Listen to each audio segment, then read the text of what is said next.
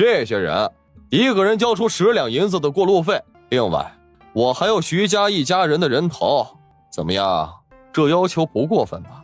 不可能，这是200两银子，你可以拿走，带着你的兄弟去吃顿大餐。若是不行，那就只能动真格的了。先下手为强。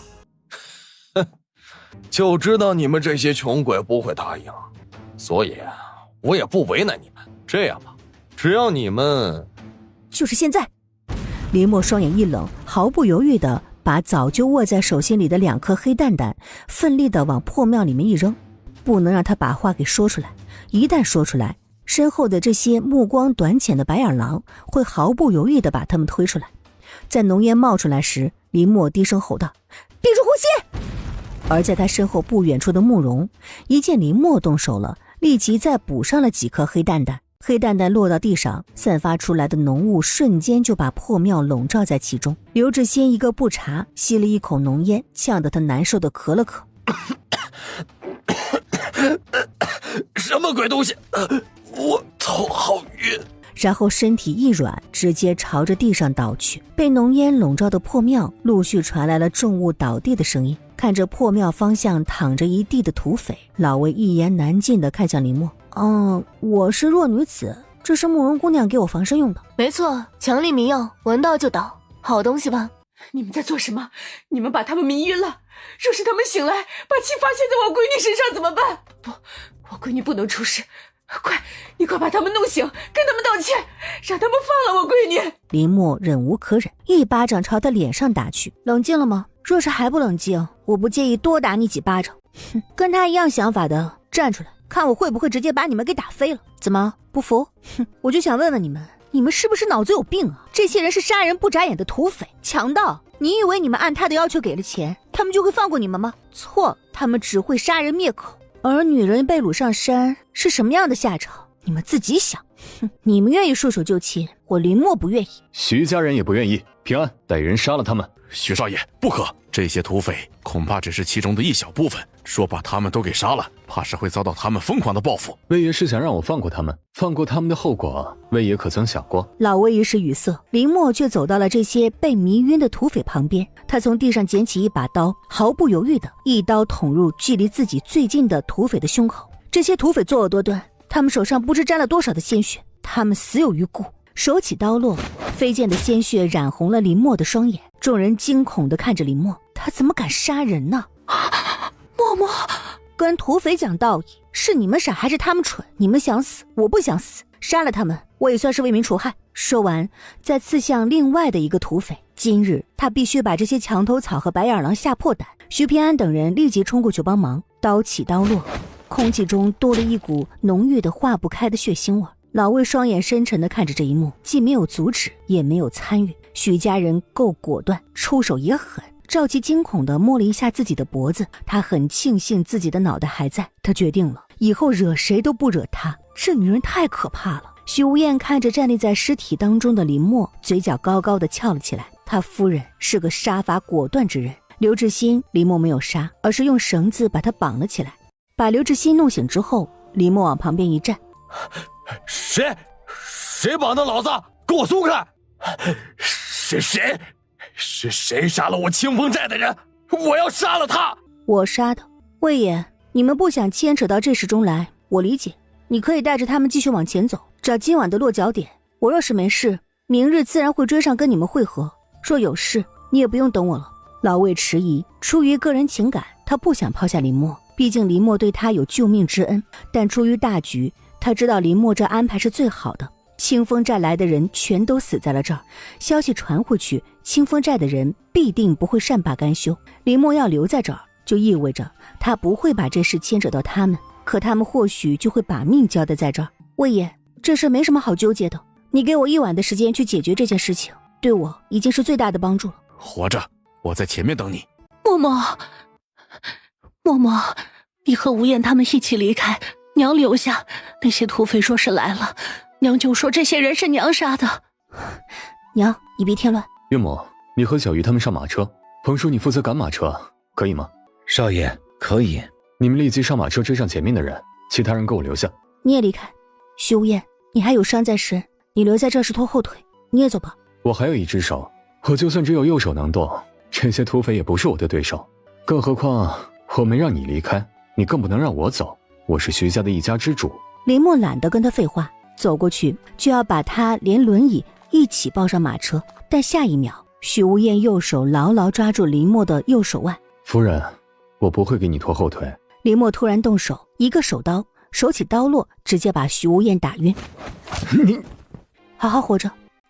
徐平安，你们害怕吗？死肯定怕，但为了少爷少夫人，我这条命豁得出去。我也是。要不要去土匪窝走一趟啊？少夫人可以。与其在这里等他们来，不如直捣黄龙，杀他们一个出其不意。掏出慕容临走时留给自己的黑蛋蛋，林默递给他们，让他们平分。他们人都示众，不要傻乎乎的跟他们硬碰硬，偷袭更适合我们。少夫人，我们懂。少夫人，他怎么处理？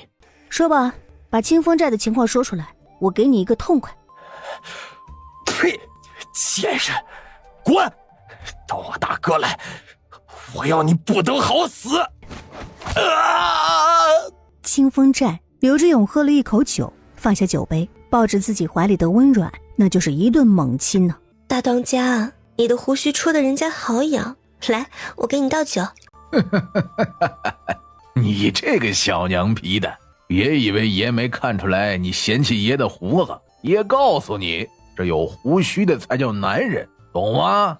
说完，大手一挥，直接把桌子上的酒壶菜碟全都扫落在地，随后扯过被吓到的温软，把他按在桌子上一顿猛亲。啊！大当家不要！大当家，求你放过我，放过我，我错了！大当家，放过我！贱人，敢反抗啊！爷告诉你，爷睡你是给你面子，比不识好歹，知道吗？跟了爷，以后你就可以留在清风寨吃香喝辣的，不用去流放。我告诉你，莫成会吃人。说完，双手抓住他的衣服，用力直接给扯开了。果然京城来的小娘们皮肤就是白呀，啊，就是嫩呐！说完，一口对着他胸口咬了下去，温软手紧抓着胸前的衣服，红肿着双眼，被人狼狈地推到了屋内。他狼狈地扑倒在地。贱人，刚才我们老大没喂饱你吗？现在就摆出这种姿势勾引老子，你等着，老子一会儿回来狠狠干死你！滚开！别碰我！啊！救命啊！小婊子，跟老子装什么装？刚才在我们老大身下不是叫唤的很浪吗？现在瞧不起谁呢？跟老子装蠢，老子打死你！小喽啰边骂边朝他臀部打去，接连打了好几巴掌之后，才骂骂咧咧地锁门离开。为什么你们看着我被欺负，不过来帮我？大家听我说，我们之所以落入土匪窝，全怨温软这个贱人。他让我们不好过，我们绝对不能让他好过。咱们先揍这贱人一顿，把我们心中的怒气给出了再说。说完，一个箭步冲上去，对着温软狠狠的就是一脚。其他人这会儿也忍不住了，纷纷冲上去，手脚一起朝温软打去。啊！住手！救命啊！去看看老二他们回来没有？怎么这么久还没回来呀？老大，二爷他们还没回来。哎，老大，怕是那些流放的犯人拖拖拉拉半天没到，二爷才回来晚了。二爷带去了这么多兄弟去，要收拾他们轻轻松松了。刘志勇一想也是，自家老二自小就是个狠的，他出马自己没啥好担心的。而他嘴里的老二，也就是刘志新，此时正被林默他们绑在马后面拖着跑。等到清风寨所在的山脚下时，刘志新只剩一口气了。嘴巴挺硬的，命也够硬的，被拖了一路都没死，你的命也是真够大的。你不得好死！哼，死在你手中的人比我的可多了去了。你这种人渣都能活这么久，我只要比你多活1年，那就是赚的。说吧，再给你一次机会，说你所知道的，我给你一个痛快。妄想！骨头够硬的，所以你可别死了，好好看着你引以为傲的清风寨是怎么被大火给吞噬的。说完，让徐平安等人把他绑在树上。做完这一切之后，让他们在此等着自己，他摸上去查看一下情况。少夫人，去打听消息的事情交给我，你不能去冒险。还认我这个少夫人吗？认的话，一切都要听我的。放心，我不会有事的。他有空间，躲到空间里，谁也察觉不到他的存在，所以他可以不惊动任何人摸进清风寨，比他们都要安全。强势压制住徐平安等人之后，林默悄无声息地朝清风寨摸去。等回去后，少爷怕是会虐死我们。还有，在少夫人面前，我怎么感觉我很废物？别说你有这种感觉，我也有。唉，少夫人就不是一般的女子，咱们只能听她的。等她放出信号再摸上去。另外，若有不对，就算是强攻，咱们也要攻上去，一定不能让少夫人出事。几人齐点头。对了，少夫人说了信号是什么吗？徐平安他们怎么有一种被坑了的感觉呢？错觉吗？林默这边寻了一个隐秘的地方，一个闪身进了空间，然后驱动着空间快速朝着清风寨摸去。此时的清风寨一片寂静，只有几个灯笼在黑暗中随着夜风晃动，而负责守夜的人早就抱着刀在一旁的角落里酣睡。林默眼底闪过了一抹寒意，直接抹了他的脖子。随后一间间的屋子搜起来，人多的直接送一颗黑蛋蛋，然后摸进去，手起刀落。等找到被关的女孩时，林默已经成了一个血人。现在放他们出来只会坏事儿，要先关着。按照之前的办法，林默血洗了一圈清风寨。清风寨有一个牢房，而且在牢房的最深处有一个深坑，深坑里尸骸累累，最上面几具的尸体还是新鲜的，刚死没多久。而各个牢房里都关着人，这些被关着的人基本都被绑在十字架上，没被绑的基本都软趴趴的趴在地上一动不动。而从他们的身上痕迹可以猜出来，他们曾经遭受过什么。清风寨的人没有无辜之人，全都该死。林默从牢房里出来，直奔后面的一间屋子，那是清风寨里最好的屋子，他故意留到最后的，因为这屋子里住着清风寨的老大刘志勇。在他对他下手时，他先把整个清风寨掠夺过来的不义之财全部给收了，就连粮食也不放过，全部收掉，然后把厨房里面的油全都拿走，分别撒到清风寨的各个角落。刚走了几步，他心中忽然一动，双眼看向一旁与刘志勇的屋子紧挨着的房子，那是一间空屋子。他之前进去看过，里面什么都没有，为什么会留一间空屋子呢？林默总感觉自己忽略了什么，再次走进那间空屋，抬脚朝地上重重踹了几脚。声音不对，这里有暗道。林默寻找了一番，把暗道的入口门打开。入口不大，但越往里面空间也跟着变大。到底部的时候，林默呆住了。铁矿，这里竟然堆满了各种挖出来的铁矿。他们在这里占山做土匪，目的就是为了隐藏这里有铁矿的事情。或许他背后的主子就是想要徐无厌命的人。这里距离保安城很近，若说谁能庇护清风寨的人，非洛王莫属。他手一挥，把这些铁矿石都给收了，扫了一眼变得空荡荡的矿洞。林默面无表情地朝地上走去，这一次他直接进了刘志勇睡的屋子。贱人，你居然敢砍了我的手，我要杀了你！染血的左手直接朝林默抓去，林默都不躲一下，直接挥拳迎上，他的拳头落在对方的手心，咔嚓一声。林默扫他一眼，走出去，拿出一个火折子，对准大门的方向扔去，火遇到油，一下子就燃烧起来。而屋内的刘志勇此刻也察觉到了不对劲儿，自己这里动静这么大，竟没有一个兄弟过来，也没有听到任何的声音，难道他清风寨被人给攻破了？你到底是谁？我清风寨与你往日无冤，近日无仇，你为什么要灭我清风寨？你背后的主子是谁？或者我换个问法，是谁让你去杀徐家人的？是徐家人？林默一脚把他踹飞。你只需要回答我问题，其他废话少说。刘志勇，我的耐性有限，别挑战我，不然我会让你生不如死。贱人，既然知道我背后有人，还敢这么对待老子？老子告诉你，等他来了，你会比老子死得更难看。哼，冥顽不灵。林默冲上去，一脚踩在他的手臂上，一个用力碾压，顿时收获一片杀猪声。你不说就以为我不知道吗？洛王就是你背后的主子，对不对？他松开脚，弯腰捡起自己刚刚扔到地上的刀。你做什么？你不能杀我，杀了我他不会放过你的。别杀我，别杀我，只有你不杀我，我什么都告诉你。迟了，你比你弟弟还不如，他好歹还倔到了最后。话落，刀也落，一道鲜血喷涌出来。杀了这些人，他不后悔，毕竟死在他们手里的人更多，不算大牢里的，就说矿洞里堆积如山的骸骨，怕是当年他们绑来挖铁矿的人。在铁矿挖完之后，未免消息走漏，这些人全部都被灭了口。少夫人，徐平安等人赶了过来，只看了一眼屋内，他们脸上写满了兴奋与崇拜。清风寨的人全部被少夫人放倒。林默扔给他们一个包袱，这里是夜行衣，都换上，别让人认出你们的身份，去把被困在这里的人放出来。半个时辰之后，我会放火烧了这里，记住，绝对不能暴露身份，特别是那几个姑娘，坚决不能让他们知道你们的身份。清风寨背后还有人，水很深，绝不能大意。林默给自己套上夜行衣，开始在刘志勇的屋子里搜。刘志勇是洛王的人，他们肯定是有书信来往，或者是信物之类的，这些将是扳倒洛王的关键。一番寻找，林默终于在一幅画的后面发现了一个暗格，暗格里面藏着一个锦盒，打开，里面果然藏着厚厚的一叠信。他正想着打开信看的时候，刚好听到脚步声朝这边走来。林默没有任何的迟疑，直接带着东西进入了空间。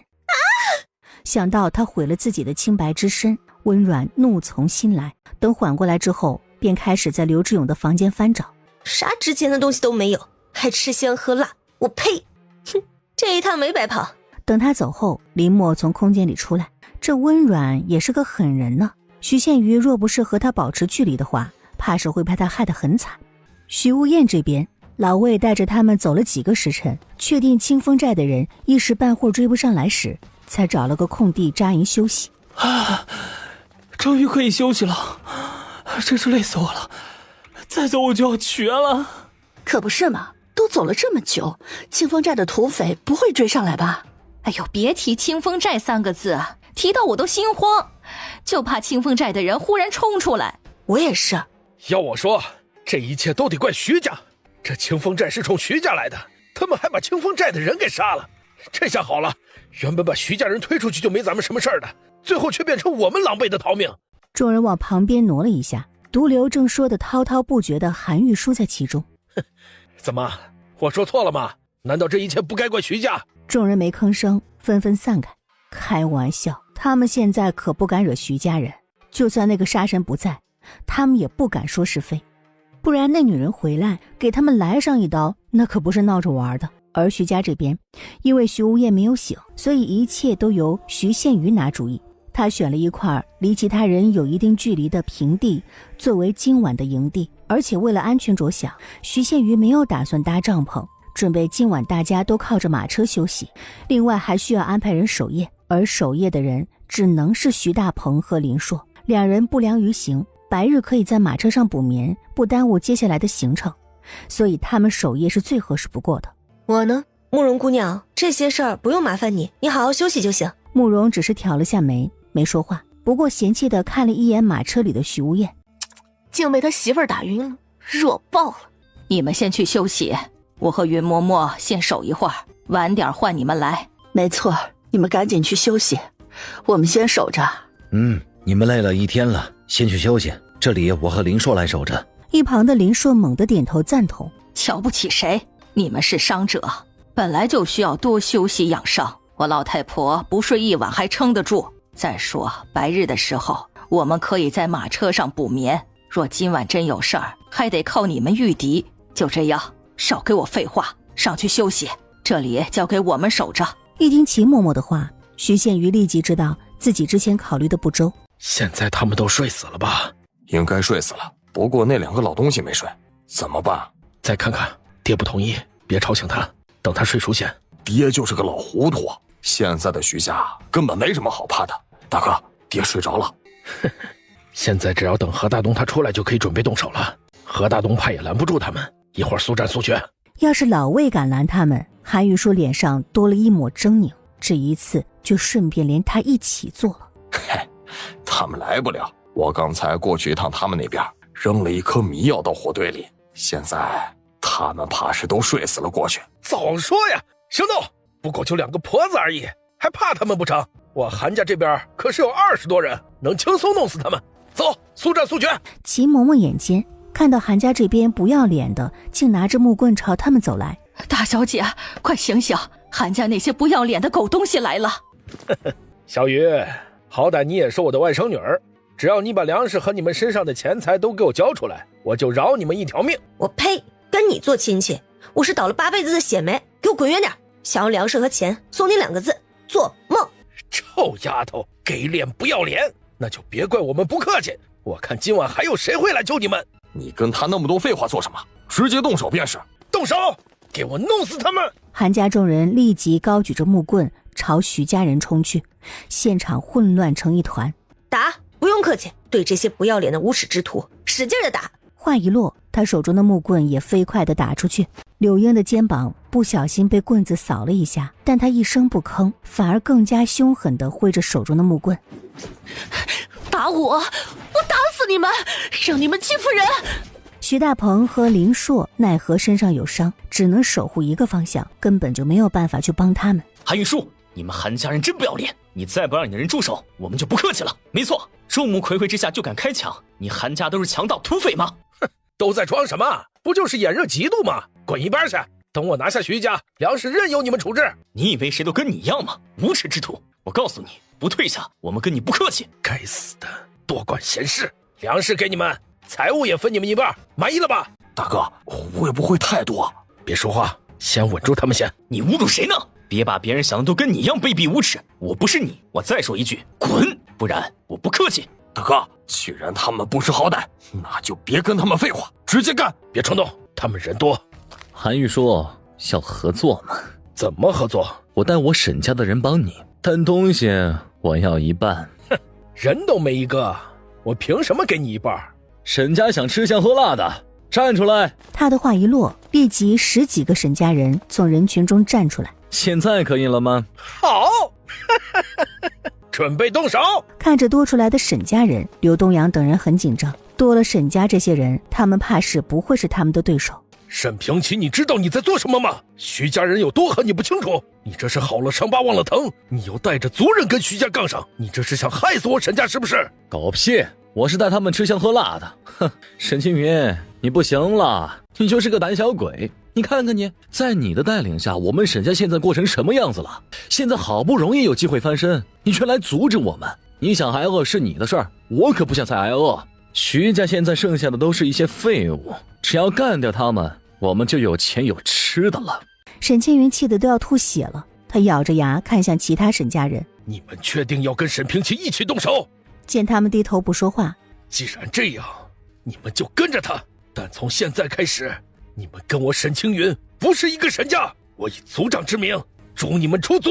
爹，四叔，徐家不好惹，虎落平阳被犬欺。这话听着虽然好听，但你确定这虎真的没搏杀之力？你好自为之，现在走还来得及。说完，扶着沈青云离开。沈平奇把沈志轩的话听了进去，神情有些松动。你傻呀！徐家若没昨晚的事情，人人怕，但现在谁怕他们？留在破庙的那女人和徐家的护卫，现在怕是尸体一具。而徐无厌这个小兔崽子，现在也是废物一个。现在正是干掉他们的最好时机，错过了，倒霉的就是我们呢。你都站出来了，你觉得徐家人缓过来时会放过我们？没听说过趁你病要你命这句话吗？徐家病了，正是要徐家命的时候。想想徐家的东西，还有徐家之前是怎么对我们的，难道你就不想报仇？事成，我要一半。好，动手！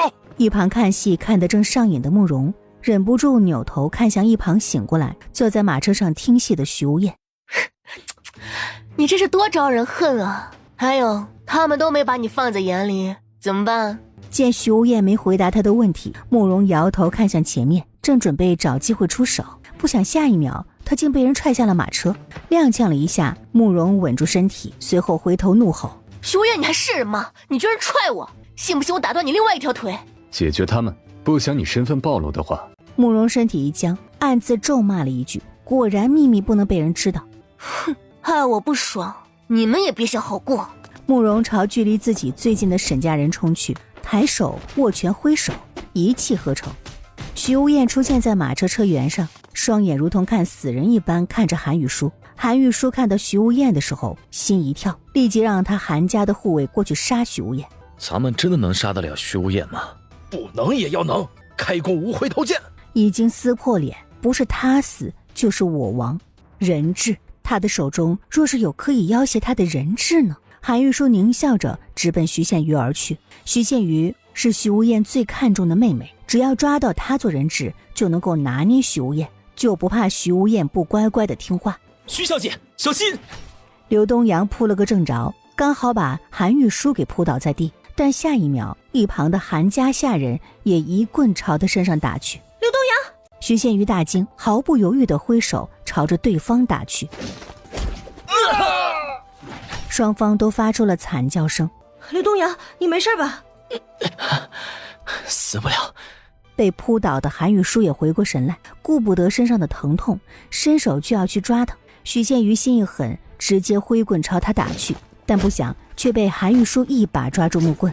给脸不要脸，那就别怪我这个做长辈的狠。小心！小兔崽子，你也敢打我？老子弄死你！说完，挥拳冲向了刘东阳。刘东阳身体一闪，快速回了一拳。两人就这样你一拳我一拳的打了起来。等刘东阳把韩玉书揍翻倒地的时候，这边的战斗已经结束了，而一旁的慕容伸手摸了一把额头的汗水。美女生气，事儿很大。而此时不管是站着还是躺着的，都一脸惊恐地看着他。为什么现在看着柔柔弱弱的女子，动起手来都这么狠的？慕容姐姐，你好厉害！一般，人家是弱女子，不爱动手的，他们却偏偏逼人家动手，过分了。我就想安安静静的做个美女，怎么这么难？就爱装骚包。他正想说话时，忽然前面传来踏踏的马蹄声。徐无厌手握成拳，双眼阴沉地看向马蹄声传来的方向。来者是谁呢？他希望是林默他们。那胆大妄为的女人竟然敢打晕自己，等她回来看自己怎么收拾她。英姨，是嫂子，是我嫂子回来了，他们没事儿，他们回来了。没事就好，回来就好。那女煞星回来了。哼，接下来你应该会很惨。刘家小子，你给我等着！他回来了，赶紧想办法呀，不然他们肯定不会放过我们的。沈平奇双腿发软，他后悔了，后悔为什么不听他大哥的话，为什么被怂恿了一下就来找徐家的麻烦。我不是已经在想了吗？你以为办法是想了就能想到的吗？李默翻身从马上跳下来，快步朝柳英走去。娘，怎么样？疼吗？不疼，不过没多疼。你放心，他打了娘，娘也打回了他2棍，是2棍，双倍还回去的，我还是赚了的。嬷嬷不用担心娘。我娘变厉害了。嫂子，英姨和我们都没大碍，倒是你有没有事儿？那些土匪有没有为难你们？他们没来，所以我们骑了他们的马赶过来了。这是在赶路时，他和徐平安他们商量好的，他们去清风寨的事情可以告诉徐无厌，但是也仅能告诉他一人，其他人一个都不能知道，包括慕容。越少人知道，他们就越安全。没来，太好了。随后冷着脸把这边的事情一五一十的说给他听。我林默，谢谢各位的相助。徐少夫人，你也不用跟我们客气，举手之劳而已。之前徐少夫人帮了我们这么多，怎么说我们也不能够袖手旁观，真的不用跟我们客气。我这又疼又累的，我得回去休息一下。其他人也纷纷点头，随后各自回到自己的地方休息。他们可不能耽搁徐少夫人算账。林默扯了一下嘴角，从怀里掏出2个瓷瓶，让徐宪瑜拿去给刘东阳他们擦。觉得我们惹上了清风寨的土匪，回不来了是吗？觉得我们这边只有妇孺和伤者，好欺负是吗？想杀了他们，抢粮食和钱等物资。徐少夫人，我错了，我不应该贪心，对不起，你饶过我吧，我是被逼的。对，没错，我们都是被逼的，是韩玉书兄弟逼我们动手的。对，是韩玉书、韩玉峰逼的我们呢。你们这些白眼狼，明明也是你们劫财起义，现在却把一切推给我，找死！没错，休想全推到我们头上。本来就是你们，要不是你们来找我们，拿徐家的粮食和钱诱惑我们敢这么做吗？就是啊，现在想把我们推出去做替死鬼，你休想！韩玉书，老子忍你好久了，老子不忍了。老祖宗。沈平齐惨叫着倒飞出去，落地时人直接就晕了。不远处的沈青云一看这一幕，身体抖了抖，幸好他没有去凑这个热闹，不然现在被揍被收拾的就要多上他一个了。一旁的沈志轩也皱起了眉，等看到林默竟朝着已经晕过去的沈平齐走去时，沈志轩下意识地站起来想阻止。志轩，别管这事情，你四叔这顿打避免不了，你别把自己牵扯进去。你四叔怕是难逃这一劫。林默对准沈平齐的身体用尽全力一脚踹去，沈平齐身体如同是物体一般，直接朝着韩家人的方向飞去。戏演完了吗？打得那么假，真以为他看不出来？若不是你们做事太狠，我们也不会这么做。我们明明是亲戚，还有血缘关系，你们徐家却愿意帮陌生人也不帮我们。林默一个箭步冲过去，对准他的脸就是狠狠一拳。韩玉书惨叫着倒飞出去，忽然一根鞭子越过了他，落在韩玉书的身上。挥鞭子的人正是老魏，该死的韩家人竟敢给他们下迷药。见韩云峰要走，想走？问老子手中这根鞭子没有？敢给老子下药，老子处死你们！话一落，他立即挥着鞭子狠狠地朝韩家兄弟挥去，现场全是韩家兄弟鬼哭狼嚎的声音。徐少夫人，老子先插个队，不介意吧？请便。老魏不再说话，狠狠地抽向韩家兄弟。韩玉书疼得直嚎，想跑，但老魏手中的鞭子就像是活过来似的，每一下都能精准地拦住他。他忍不住大声地呼喊何大东来救他，他不喊，老魏还留一分力，他一喊直接往死里打，这摆明了是杀鸡儆猴呢，看谁以后还敢对他动手。直到兄弟两人被打得奄奄一息之后，老魏这才收了手。这次是我们大意了。林默摇头，目送老魏离开，不经意看到被何大东揽着腰的韩云龙，顿时明白了，韩家人用韩云龙收买了何大东，所以他们才会有机会给老魏下迷药。哼，杀鸡儆猴，鸡我也选好了，怎么杀呀？他扭头看向了徐无艳，他相信他能读懂他的意思，他要韩玉书兄弟的命，他们不能再留了。见徐无艳朝自己点头，林默笑得很灿烂。徐无艳果然永远不会让他失望。我错了，求求你放过我，我错了，对不起，求你放过我，我给你下跪磕头道歉，只要你不要再打我。不能再打了，再打我就要没命了。对不起，徐少夫人，求你放过我们错了。迟了，林默嘴角一勾，他忽然弯腰，猛地一把抓住韩云峰的脖子，一个用力把他给提了起来。一犯再犯，真当你的脸很大是吧？以为没人敢对你做什么吗？饶了我再也不敢了。饶了你？哼，我饶了你，你又饶了徐家的人了吗？所以去死吧！林默的声音和一道苍老的声音同时响起。与此同时，林默掐住韩云峰脖子的手一个猛烈的收紧，咔嚓的一声骨头断裂的声响起来，而这一声让所有人都脊背发寒。此时韩云峰的头向左边无力地垂下，瞪得老大的双眼逐渐变得无神。林默松开了手，而韩云峰的身体也缓缓地朝地上滑去。后面的韩长青扶着老爷子走了过来，他身体一僵，一脸不敢相信地看着地上没有了任何动静的儿子。他儿子死了，就死在他眼前。放轻松，呼吸。韩长青及时扶住韩老爷子，同时帮他顺气儿，而一旁韩云峰的妻子直接被这一幕给吓晕了。在韩长青的帮助之下，韩老爷子的这一口气终于顺过来。一拳杀了他，他可是你男人的舅舅啊，你怎么敢的？我为什么不敢？怎么就因为有那么一丁点的血缘关系，我们就只能站在原地被他杀吗？我反杀他们，你这老东西迫不及待地蹦出来想阻止，而他们要杀我男人杀我家人的时候，怎么不见你出来阻拦呢？别忘了，杀人者人恒杀之，老东西做人不要太双标了，小心断子绝孙。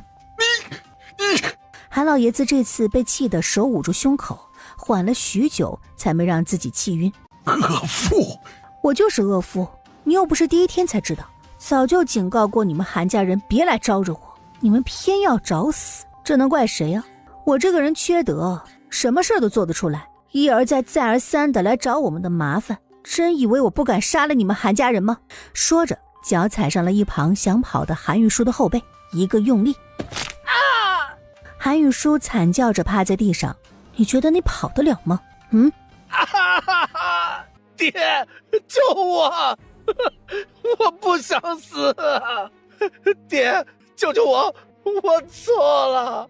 老爷子脸扭曲的可怕，他都说了，让他们收敛一点，不要去招惹徐无艳他们，一切都到了保安城再说。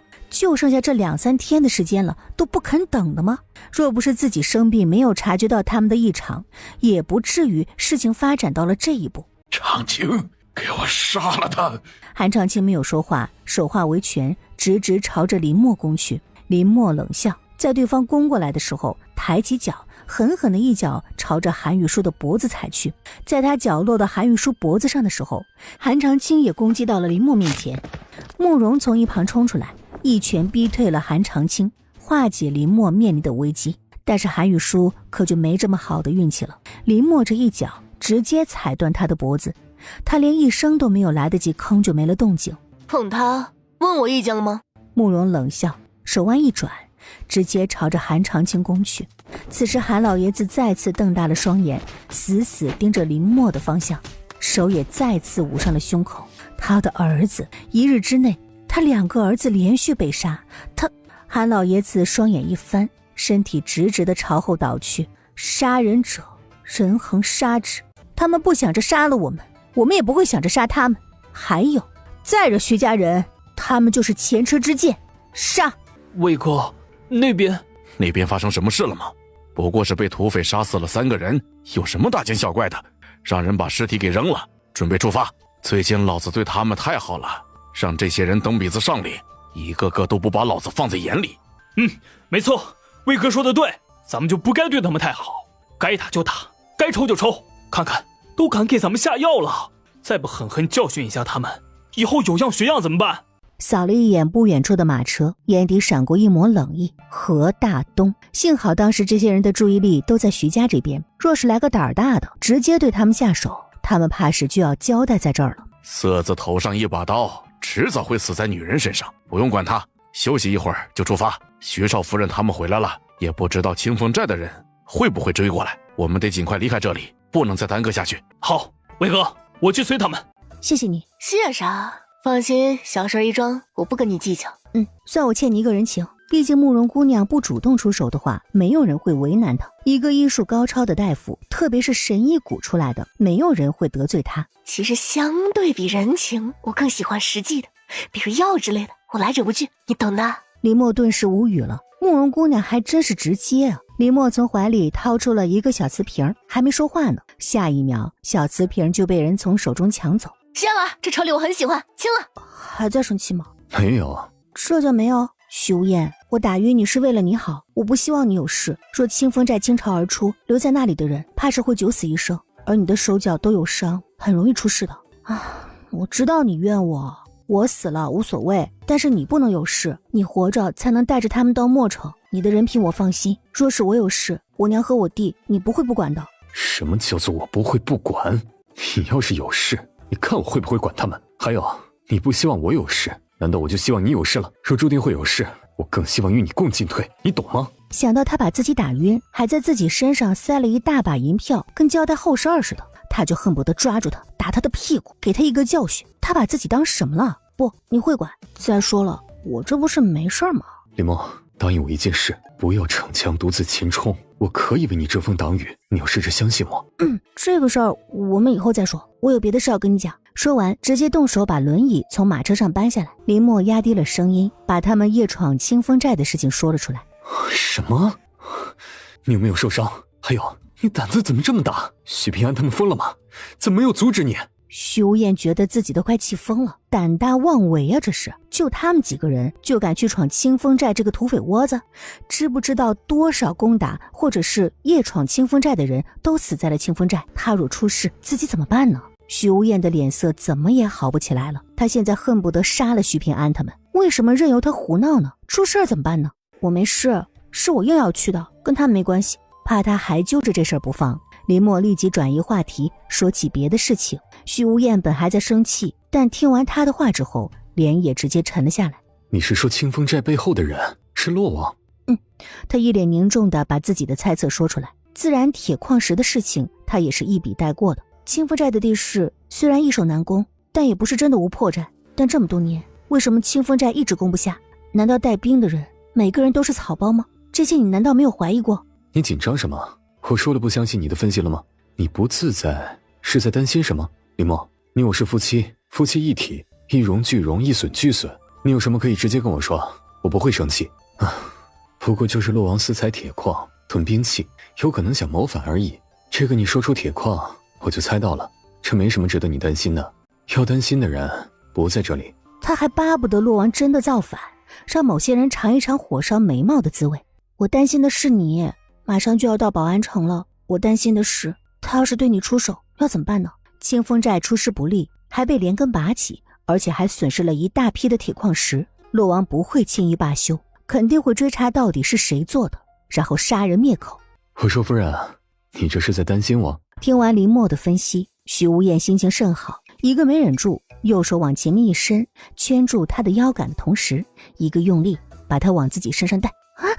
林墨惊呼，人直接跌入他怀里，怕伤到他，林墨连忙要起来，但是徐无艳右手死死圈着他的腰，不让他动弹，不敢太过用力。林墨狼狈的半蹲半跪，被迫与他平视。夫人，我们该好好谈谈了。你放开我！不放。夫人，你是不是对我有什么误会？有吗？徐无艳，要不你先放开我，我们再好好的聊一下。你这样我不好说话。会吗？我觉得这样挺好的。徐无艳一脸无辜，但右手依然紧紧圈着他的腰，把他往自己身上带近了几分。接我刚才的话，夫人，难道这一切是我的错觉吗？我怎么感觉你在撮合我和慕容啊？我竟不知道我夫人竟是这般大气的女子，竟主动给自己男人纳小妾。你要跟我说的是这个吗？那就没错。你没觉得慕容姑娘更适合你吗？而且我也不介意给慕容姑娘让位，成全你们。到时候你给我一封休书就行了，我会主动离开的。不过我给你们让位之后，我还得跟着你们到墨城，到墨城之后再飞到扬标，而接下来的一路你还得允许我见你的事，保护我娘和我弟他们。徐无艳都快气死了，她脑子在想什么啊？哪个女人会把自己的丈夫给让出去的？整个大业估计也就她一个吧。一个气恼，徐无艳忍不住了，她身体一动，准确无误地亲在他唇上，然后用力一咬，但是在用力的瞬间，她又舍不得松开了。林墨像是受到惊吓的小鹿，身体快速地往后退，但发现自己无法动弹的时候，果断伸手捂住自己的嘴。哼，咬疼你没有？你耍流氓！夫人，谁耍流氓了？你是我的妻子，咱们是拜了天地的，若不是被流放，咱们也该洞房了。我亲我自己的妻子，天经地义，哪来的耍流氓啊？那个是权宜之计，你喜欢的是慕容姑娘这样的。谁跟你说我喜欢她？夫人啊，你的聪明呢？没看到我每天都恨不得宰了她吗？所以谁给她的错觉啊？你们是欢喜冤家，打是亲骂是爱啊！林墨正说着，忽然被他右手掐了腰，忍不住惊呼，随后有些恼羞成怒地瞪着他。你做什么？能不能别动手动脚的？林墨有点郁闷，徐无艳怎么一下子变得梦浪了？夫人说的打是亲骂是爱，我这不是让夫人知道我们很亲吗？徐无艳，开诚布公，我想把我的想法认真跟你说一遍，你听好了。我这个人其实心眼很小的，我不喜欢与人共夫，更不喜欢自己被困在后宅。夫人，你这就自相矛盾了呀！你不想，还把我往外推，还有，我还恨不得夫人厉害点，像个母老虎似的管着我。那我肯定是天底下最幸福的男人了。你还听不听？不听我不说了。还听？夫人你说。我这个人眼睛里容不下沙子，我希望我的丈夫眼里只有我一个人，身边也不会有乱七八糟的通房小妾之类的。这么长时间了，你应该也知道我的性格，你要是和我好了，又背着我说一套做一套的，我怕我会控制不住灭了你全家。所以趁现在咱们还只是合作的关系，该说清楚的咱们都说清楚了。还有，我知道你喜欢慕容姑娘，像慕容姑娘这样的好姑娘，我也不愿意你委屈了她。你放心，我会退出的，绝对不会成为你们之间的阻碍。说完了？林墨，你给我听好了，有些话我只说一次，我不喜欢慕容那个人妖。还有，你真当我吃饱了撑的没事，跟你拜堂成亲过家家玩？我告诉你，是因为你，我才愿意拜堂，懂吗？若不是因为他为什么要拜堂呢？当时的情况下，他要拒婚有的是办法，是因为成亲的人是他不讨厌，再加上他前一晚找自己的事情，他才同意的。还有，你都不去打听下安平王府的事吗？安平王府只娶妻不纳妾，后者也不会有乱七八糟的女人，只有在35岁还没子嗣的时候，才允许那一房妾室延续香火。所以我就想问问夫人你对我到底是有多不上心啊？要是安平王府像别的王府后院一大堆女人，现在安平王府怕就不只有3个主子了。还有，我之前跟你说的话你都没放在心上吗？什么事？我跟你说过，沈一谷没有女人，你确定你放心上了？你确定放心上？怎么还会觉得我喜欢他？啊，这沈一谷没有女人，跟慕容姑娘有什么关系啊？林默一时没转过弯来，但下一秒他瞪大了双眼。慕容不是姑娘，这怎么可能啊？明明她长得比自己还更像姑娘呢，怎么就不是姑娘了？想到他们之前偷偷说的话，林默有一种要晕过去的感觉。你说呢？许无言恨不得再咬他一口，其他事情那么精明，这事儿怎么就这么迟钝呢？自己早就跟他说过了，沈一谷没有女人，就只有一群疯子。你早知道为什么不告诉我？我真的把她当好姐妹来相处的，现在好姐妹变成了好兄弟，没脸见人了。能怪我吗？都说了你没把我话放心上，我以为你早知道了。要不是你把我跟他凑成对，而你和他还走得更近，我都没有察觉到你竟不知道他的身份。为什么？难道他有那方面的嗜好吗？其实只要你们真心相爱，也不是不可以，毕竟慕容那么漂亮。你给我闭嘴！他这么做是为了躲避仇家的追杀，他的仇家手段通天，不这样瞒不过去。还有，老子要跟你这个没良心的女人说几次你才记得住？她是女人，老子都不喜欢她，更何况她还是个男的，这更不可能。许无言气急了，连老子都飙出来了。他现在很想哭啊，他上辈子到底造了什么孽，竟然喜欢这么一个一直把他往外推的女人，好想把他的脑子掰开看看，里面都装了什么。许无言好像生气了。听着，你这个没良心的女人，我喜欢你，你记住了，你给我死死记住，知道没有？敢忘记看我怎么收拾你！我可不管你想什么，我们已拜堂，你就是我的妻，我就认定你一人。总之，你不能再把我往外推。林默彻底愣住了，呆呆地看着耳间翻红的徐无厌。他说他喜欢自己？